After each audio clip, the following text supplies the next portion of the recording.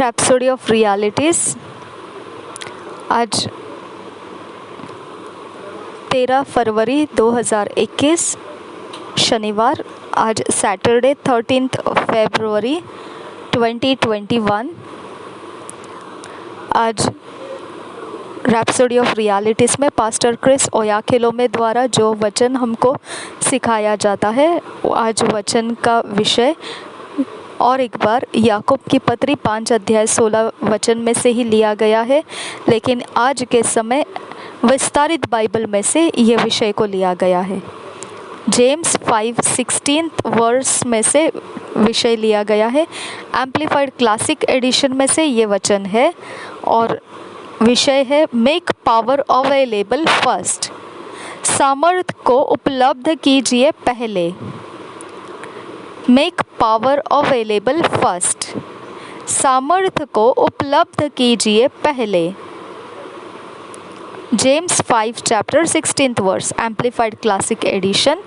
The earnest, heartfelt, continued prayer of a righteous man makes tremendous power available, dynamic in its working. यहाँ पर विस्तारित Bible में जो लिखा है वो मैं अपने भाषा में मतलब अपनी समझ में जो आया वो मैं आपको बताती हूँ। यहाँ पर लिखा है कि जो पूरे हृदय के साथ गिड़गिड़ाकर प्रार्थना की जाती है और लगातार प्रार्थना की जाती है, तो धर्मी इंसान जब ऐसा प्रार्थना करता है तो उस प्रार्थना के करने की वजह से महान सामर्थ्य ऐसे प्राप्त होती है, मतलब उपलब्ध होने लगती है, जो महान सामर्थ्य के काम करने के लिए उपलब्ध होती है। हम यही वचन को हिंदी BSI बाइबल में से पढ़ेंगे। याकूब की पत्री 5 अध्याय 16 वचन। इसलिए तुम आपस में एक दूसरे के सामने अपने अपने पापों को मान लो और एक दूसरे के लिए प्रार्थना करो, जिससे चंगे हो जाओ।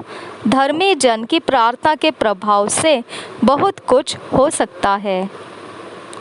इसलिए तुम आपस में एक दूसरे के सामने अपने अपने पापों को मान लो और एक दूसरे के लिए प्रार्थना करो, जिससे चंगे हो जाओ। धर्मी जन की प्रार्थना के प्रभाव से बहुत कुछ हो सकता है।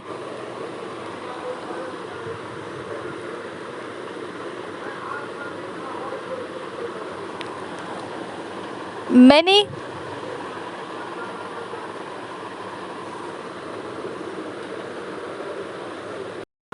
don't understand the importance of heartfelt continued prayers. बहुत तेरे ऐसे हैं जो समझ नहीं पाते हैं इस बात का महत्व कि गिड़गिड़ाकर हृदय की गहराई से लगातार प्रार्थना करना क्या होता है।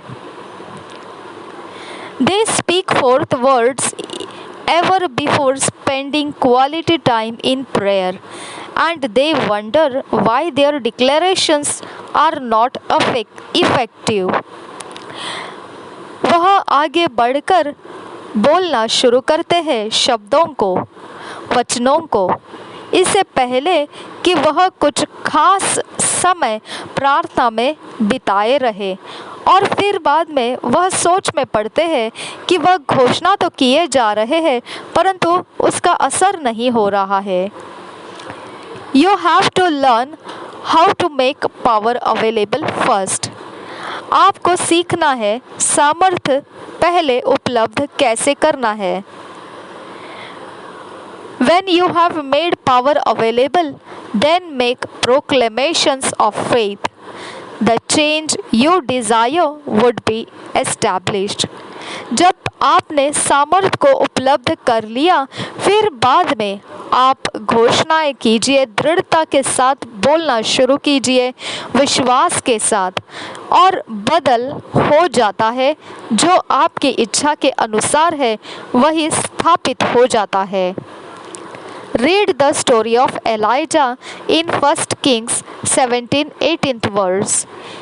आपने उस कहानी को पढ़ना है जो एलिया के विषय लिखी है पहले राजाओं की पुस्तक में, जो 17 और 18 अध्याय में है। He had prayed drought into existence, and it didn't rain, not a drop for 3.5 years. उसने प्रार्थना की कि सूखा पड़े उसके अस्तित्व में। उसी समय फिर ऐसा हुआ कि वर्षा रुक गई। एक बूंद भी 3 साल और आधा आगे साल वहाँ पर वर्षा नहीं हुई। When it was time for the drought to end, Elijah petitioned the Lord for rain. जब समय हुआ कि अब वह सूखापन खत्म हो जाना है, तब एलिया दोबारा अपनी विनतियों के साथ प्रभु के सामने गया, वर्षा होने के लिए मांगने के लिए। It was not just some short casual cobbling of words in prayer. No.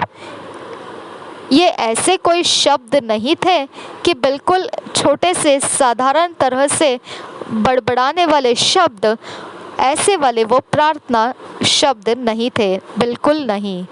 It was earnest, heartfelt, continued and fervent. वह दिलो जान से तड़पते हुए, हृदय की गहराई में से गिड़गिड़ाए हुए, लगातार और तेजी के साथ उसमें तीव्रता थी और लगातार उसे मांग रहा था। He sent out his servant 6 times to see if there was a sign as he continued in prayer, expecting an answer. उसने अपने दास को 6 बार बाहर भेजा देखने के लिए कोई चिन्ह दिखता है या नहीं। जब वह लगातार प्रार्थना में रहा, यह आशा रखता रहा कि वह जवाब पाएगा।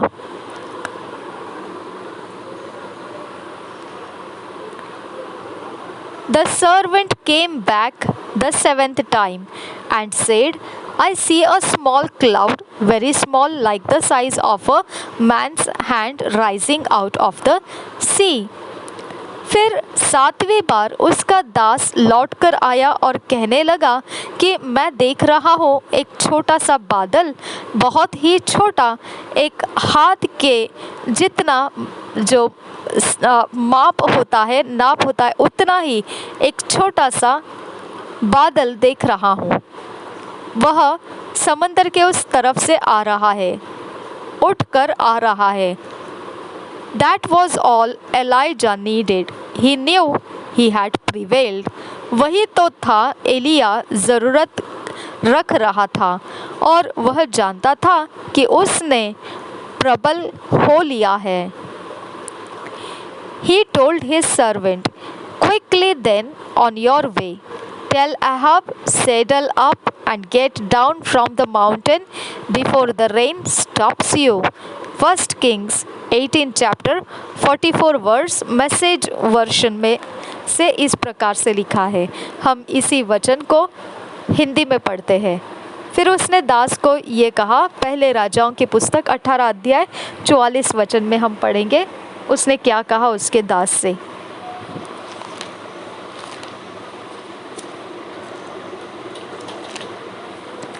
पहले राजाओं की पुस्तक 18 अध्याय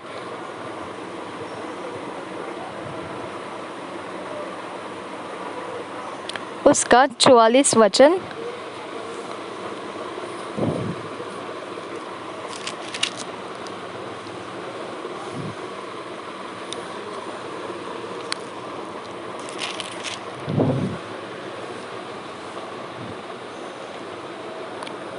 सातवीं बार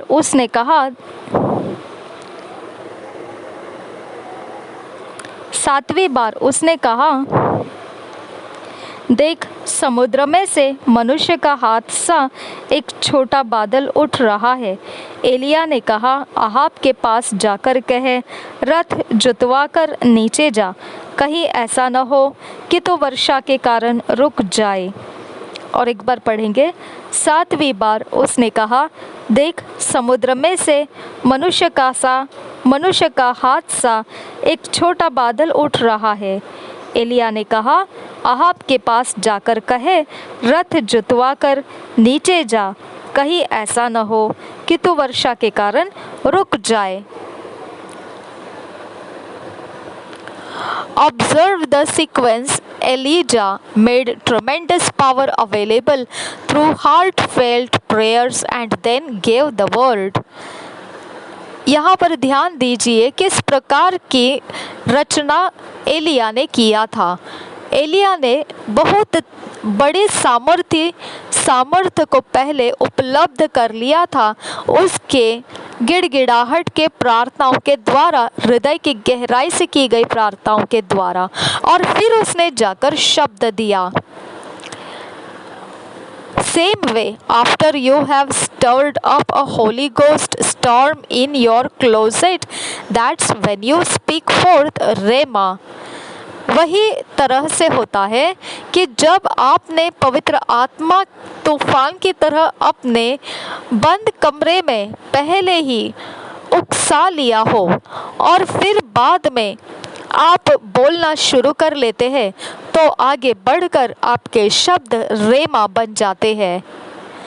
That's one sure way you can effectively alter the course of events to align with God's divine plan, purpose and will in your life, family, city, nation and around the world. और वही एकमात्र खातरी का ऐसा रास्ता है, निश्चित रास्ता है, जिसमें से प्रभाव से होकर आप जो समयों को बदलता हुआ देखना चाहते हैं, जो परमेश्वर के ईश्वरीय योजना के साथ में मिलाप होता हुआ ऐसा आप रचना होने के लिए चाहते हैं, जो परमेश्वर की योजना, उसके उद्देश्य और इच्छा आपके जीवन में है, परिवार में है और शहर में, राष्ट्र में और आपके इर्द गिर्द के जगत में है, उसके अनुसार होता हुआ देखना चाहते हैं तो